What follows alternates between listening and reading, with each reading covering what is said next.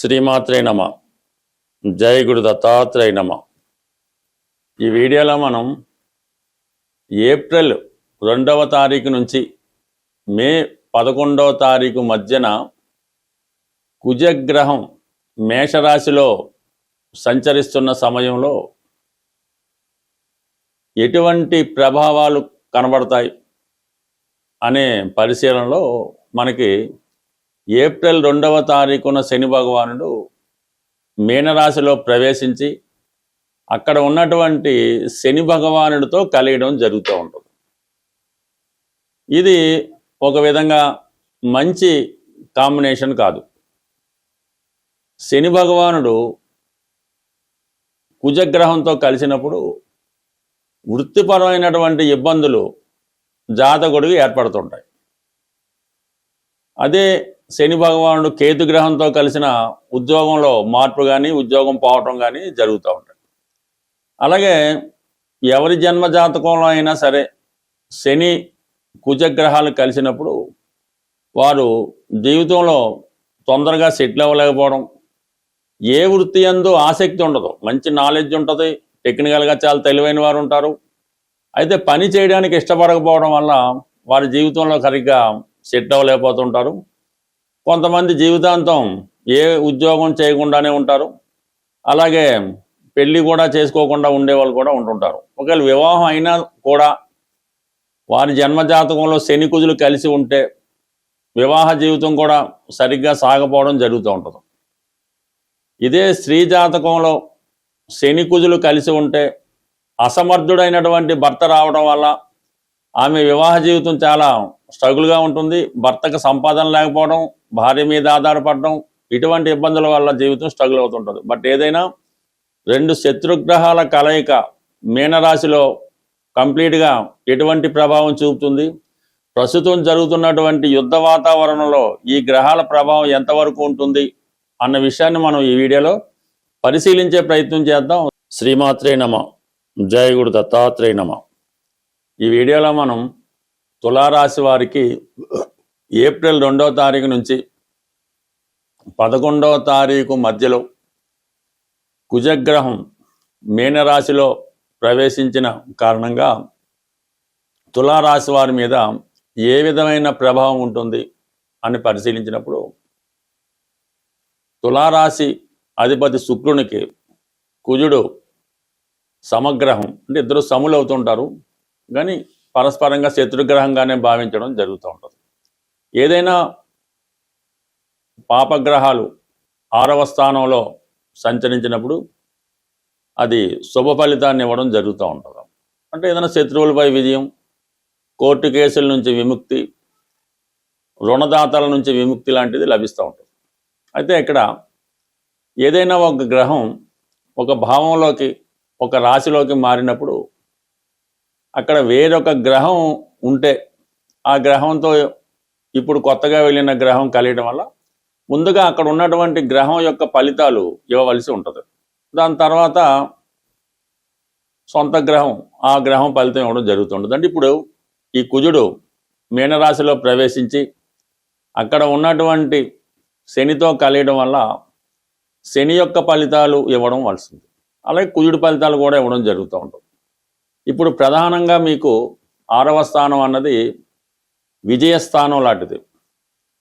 అక్కడ రవిగ్రహం కూడా ఉండడం, కుజుడు కూడా ఉండడం, మీరు ఏదైనా ఒక కొత్త ఉద్యోగానికి, పదవికి, ప్రభుత్వ ఉద్యోగానికి, లేదంటే ఒక రాజకీయ పదవికో, లేదంటే ఒక అసెంబ్లీ సీటుకో, మినిస్టర్ పదవికో, ఎంపీకో, ఎమ్మెల్సీకో, దేనికో దానికి మీరు ప్రయత్నం చేస్తున్నప్పుడు, లేదంటే గతంలో మీరు ప్రభుత్వ టెస్టులు రాసి పాస్ అయ్యి ఉండి పోస్టింగ్ కొరకు ఎదురు చూస్తున్నా, ఏదో కారణం వల్ల మళ్ళీ మీరు అధికార హోదాలో ఉంటూ కొత్త పోస్టింగ్ కోసం ఎదురు చూస్తూ ఉంటే ఈ సమయంలో మీకు, అంటే ఏప్రిల్ 2వ తారీఖు నుంచి మే 10వ తారీఖు మధ్యలో మీకు కొత్తగా పోస్టింగ్ రావడం జరుగుతుంది. ఏదైనా ఇంటర్వ్యూ లాంటివి ఏవైనా ఉన్నా, కాంపిటేటివ్ ఎగ్జామ్స్ ఏవైనా ఉన్నా వాటిలో తప్పకుండా విజయం రావడం జరుగుతుంది. అలాగే కోర్టు సమస్యలు, కోర్టు కేసులు ఏవైనా ఉన్నా, దగ్గర బంధువులతో విరోధాలు ఉన్నా, లేదంటే ప్రభుత్వంతో మీకు ఏమైనా డిస్ప్యూట్స్ ఉన్నా ఇవన్నీ కూడా మీకు అనుకూలంగా మారడం జరుగుతూ ఉంటుంది. దాంతోపాటు మీరు ఏదైనా ఒక నామినేటెడ్ పోస్టుకి, అంటే మీకు వారసత్వంగా పెద్దవారి ద్వారా రావాల్సిన ఉద్యోగం ఏమైనా ఉన్నా, లేదంటే మీకు ఏమైనా వారసత్వంగా పదవి రావాల్సి ఉన్నా, ఈ సమయంలో మీకు అటువంటి నామినేటెడ్ పోస్ట్ కానీ, ఏదో ఒక ఎండోమెంట్స్ డిపార్ట్మెంట్లోనో, లేదంటే రెవెన్యూ, బ్యాంకింగ్ అండ్ ఫైనాన్స్ రంగాల్లో ఉద్యోగ ప్రయత్నాలు ఫలించే అవకాశం ఉంది. మొత్తం మీద తులారాశిలో నిరుద్యోగులు ఎవరైనా ఉంటే, మీరు ఎంత దూర ప్రాంతంలో ఉన్నా, దేశ విదేశాల్లో ఉన్నా, ఈ సమయంలో మీ యొక్క ఉద్యోగ ప్రయత్నాలు 100కి 100 ఫలిస్తాయి. అయితే వివాహ సంబంధించిన విషయాల్లో మీకు కుజుడు సప్తమాధిపతిగా 6వ స్థానంలో ఉండడం వల్ల వివాహ సంబంధించిన విషయాల్లో మీకు కొంత విభేదాలు, అంటే సడన్గా భార్యకు కానీ భర్తకు కానీ అనారోగ్యం రావడం కానీ, వారు ఏదన్నా సమస్యలో ఇరుక్కోవడం కానీ, ఉద్యోగపరంగా ట్రాన్స్ఫర్ రావడం కానీ, మొత్తం మీద భార్యాభర్తల మధ్య ఎడబాటు వస్తుంది. ఏదో కారణాల వల్ల మీ యొక్క దైనందిన రొటీన్ లైఫ్కి కొంత బ్రేక్ లాంటిది పడే అవకాశం ఉంది.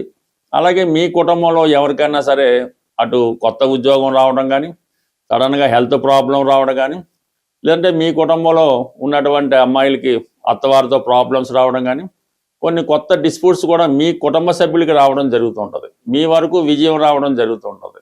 భార్యాభర్తల మధ్య కొద్దిగా ఎడబాటు రావడం జరుగుతుంటుంది. బట్ ఏదైనా ఈ నెలంతా, ఈ 40 రోజులు కూడా జాతకుడు, అంటే తులారాశి వారు చాలా బిజీగా ఉంటారు.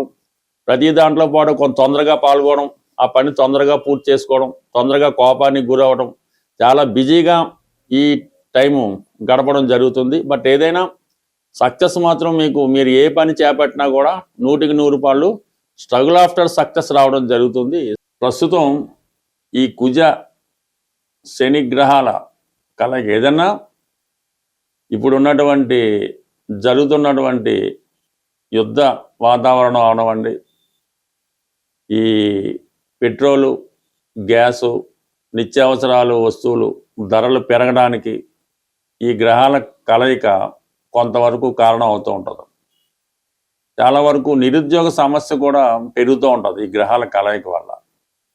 సో దీనికి పరిహారం మనం ఆలోచించినప్పుడు, కుజుడు విష్ణుమూర్తి అంశ, శని భగవానుడు ఈశ్వర అంశ. అంటే అంతా ఒకటే, కానీ జస్ట్ క్లారిటీ కోసం చెప్తున్నాం, అందరూ ఒకటే.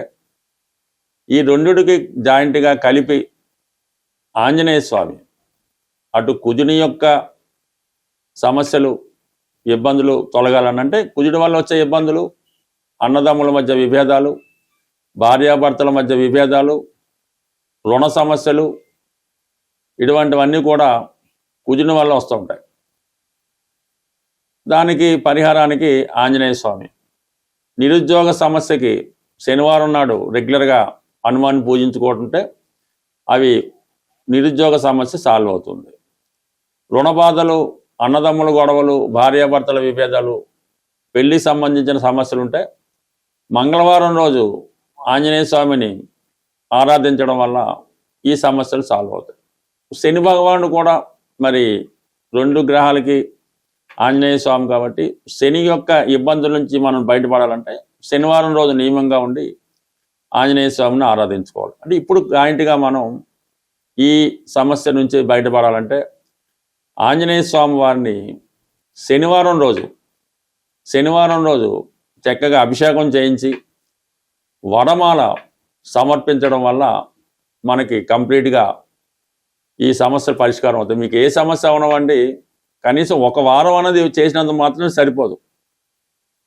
కనీసం 8 వారాలు చేయడం వల్ల ఈ విధంగా రెగ్యులర్గా ఆంజనేయ స్వామి వారికి అభిషేకం, వడమాల సమర్పించడం, ఆ రోజు మనం చాలా నియమనిష్టలతో ఉండడం, 3 సార్లు 3 పూట్ల హనుమాన్ చాలీసా పారాయణ చేయడం వల్ల తొందరగా స్వామి యొక్క అనుగ్రహం పొందడం జరుగుతూ ఉంటుంది. అయితే ఈ 2 గ్రహాలు మీనరాశిలో కలుసుకున్నాయి కాబట్టి, మీనరాశి అయినటువంటి అధిపతి గురువు కూడా మనం శాంతి చేయవలసి ఉంటుంది, పరిహారం చేయవలసి ఉంటుంది. గురువుకి సింపుల్గా పరిహారం ఏంటంటే, గురువు ఆరాధన, దత్తాత్రేయుడు, షిరిడి సాయిబాబా వారు, రాఘవేంద్ర స్వామి, మీకు విద్య నేర్పిన గురువు, లేదంటే మీకు జన్మనిచ్చిన మీ తల్లిదండ్రులు, వీళ్ళని పూజించడం వల్ల గురువు మీకు ప్రసన్నుడు అవ్వడం జరుగుతూ ఉంటుంది. ఈ సమయంలో మీరు మరీ ఇబ్బందులతో ఉంటే మీ తల్లిదండ్రులకు కానీ మీ గురువుకు కానీ చక్కగా వాళ్ళని సత్కరించి ఒక మంచి వారికి ఇష్టమైనటువంటి వస్త్రాలు బహుమతిగా ఇవ్వడం వల్ల కంప్లీట్గా మీరు ఈ సమస్య నుంచి పరిష్కారం, సమస్య ఉన్నా లేకపోయినా కంప్లీట్గా గురుగ్రహ అనుగ్రహం కోసం దత్తాత్రేయుని ఆరాధించడం వల్ల, దత్తాత్రేయుని క్షేత్రాలు పిఠాపురం అవ్వచ్చు, షిరిడి అవ్వచ్చు, గాన్గాపూర్ అవ్వచ్చు, ఏదో ఒక దత్తక్షేత్రాన్ని దర్శించవచ్చు. లేదా మీ గురువు యొక్క గృహమే దత్తక్షేత్రం అవుతుంది, లేదంటే ఒక గోశాల కూడా మీకు దత్తక్షేత్రంతో సమానం అవుతుంది. అటువంటి వాళ్ళని సందర్శించి అక్కడ కొద్దిసేపు మీరు విశ్రాంతిగా ధ్యానం చేస్తూ కూర్చుంటే మీకు ఆ పాజిటివ్ హీలింగ్ అయి అన్ని గ్రహాలు మీకు వశం అవడం జరుగుతూ ఉంటుంది. మనం గ్రహాలతో పరిచయం పెంచుకొని వాటిని ఆరాధిస్తూ ఉంటే గ్రహాలు మనతో మాట్లాడి అవి ఏం చెయ్యాలో అవే చెప్తూ ఉంటాయి. స్వస్తి.